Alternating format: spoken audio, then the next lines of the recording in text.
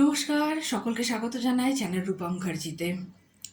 আজ আমরা কথা বলবো ব্রহ্ম রাক্ষস নিয়ে।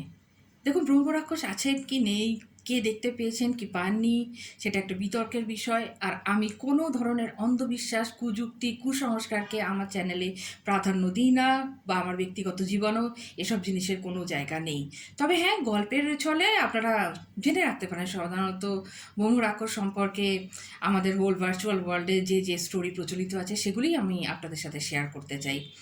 দেখুন, ব্রহ্ম রাক্ষস বলতে কিন্তু প্রথমে যে কথাটা খেয়াল আসে সেটা হলো যে একটি সিরিজ হয়েছিল একটি বেসরকারি টেলিভিশন চ্যানেলে, যেখানে ব্রহ্ম রাক্ষস দেখানো হয়েছিল। আর বিপাশা বসুর একটি হিন্দি চলচ্চিত্র আছে ক্রিয়েচার, যেখানে ব্রহ্ম রাক্ষসকে দেখানো হয়েছিল। বাট ব্রহ্ম রাক্ষসের ব্যাপারটা কিন্তু সেরকম নয়। রবীন্দ্রনাথের ছেলেবেলা যারা পড়েছেন তারা অনেকেই দেখে থাকবেন যে রবীন্দ্রনাথ ব্রহ্মদত্তির কথা বলেছেন। এখানে ব্রহ্ম রাক্ষসের সাথে ব্রহ্মদত্তির অনেকটা মিল আছে।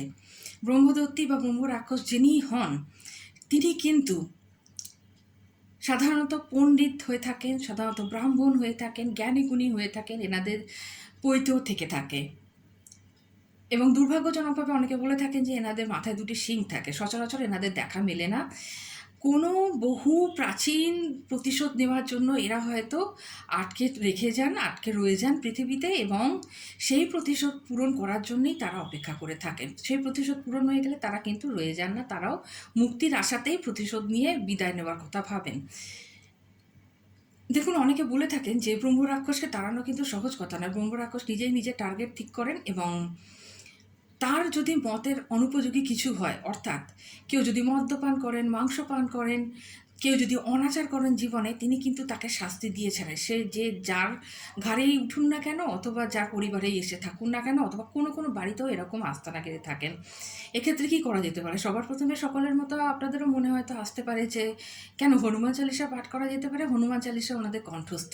এরকমই একটি গল্প প্রচলিত আছে, একটি ঘটনা প্রচলিত আছে বলা ভালো, যে যে ব্যক্তিকে ব্রহ্ম রাক্ষসে ধরেছিল তাকে নিয়ে সোজা যাওয়া হয়েছিল প্রেত বালাজি মন্দিরে রাজস্থানের। এবং সেই মন্দিরে গিয়ে যখন তাকে ঝাড়ফুঁক করা হচ্ছিল, সেখানকার পণ্ডিতদের সেই ব্যক্তি সঠিকভাবে পুজো করার মন্ত্র, রীতিনীতি সমস্ত কিছু গিয়ে শিখিয়ে দিয়েছিলেন, এবং অনেকটাই তারা হাত তুলে দিয়েছিলেন যে এই ব্যক্তিকে কিওর করা সম্ভব নয়। তাহলে কি সত্যি এখান থেকে বেরোনোর কোনো উপায় নেই? কেন উপায় নেই? একদিন হনুমান চালিসা ফেল করেছে বলে কি প্রতিদিন ফেল করবে? হনুমান বাণ আছে, বজরং বাণ আছে, শ্রীরাম রয়েছেন, এবং যদি আপনারা বিশ্বাস করতে পারেন তাহলে আরেকজন রয়েছেন বাইবেল অনুযায়ী ঈশ্বরের বড় ছেলে, অর্থাৎ আর্কঅ্যাঞ্জেল মাইকেল। তিনি তাড়াতে পারেন না এমন কোনো শক্তি পৃথিবীতে নেই। তিনি চাইলে হেল্প করতে পারেন না, এবং তিনি চাইলে যাকে হেল্প করবেন তার ক্ষতি করতে পারে এরকম কোনো ক্ষমতাই নেই। যদি বিশ্বাস রাখতে পারেন, যদি কখনো কেউ এরকম বিপদে পড়েন, তাহলে এগুলি সবকটি পালন করে দেখুন, অবশ্যই আপনারা এই বিপদ থেকে মুক্তি পাবেন। তবে হ্যাঁ, ইনি এমন এক শক্তি যিনি সহজে ব্যক্তিকে ছেড়ে যান না। ব্যক্তির প্রাণ না নেওয়া পর্যন্ত কিন্তু এরকম অনেকেই বলে থাকেন, যারা এই ধরনের এক্সপার্ট রয়েছেন, তো তারা বলে থাকেন যে সহজে এরা যেতে চান না। তাই এমন কিছু করবেন না যাতে কোনো অজানা শক্তি আপনার ক্ষতি করতে চলে আসে। দেখুন, ভূত আছে বা নেই এ বিতর্কে গেলাম না। নাস্তিকেরা তো এটাও বলে থাকেন যে ভগবান নেই, তা বলে কি নেই? কি দরকার এমন কোনো বিষয়কে খুঁচিয়ে ঘা করে তোলার? তারা তাদের দুনিয়াতে ভালো আছেন, আমরা আমাদের দুনিয়াতে ভালো আছি।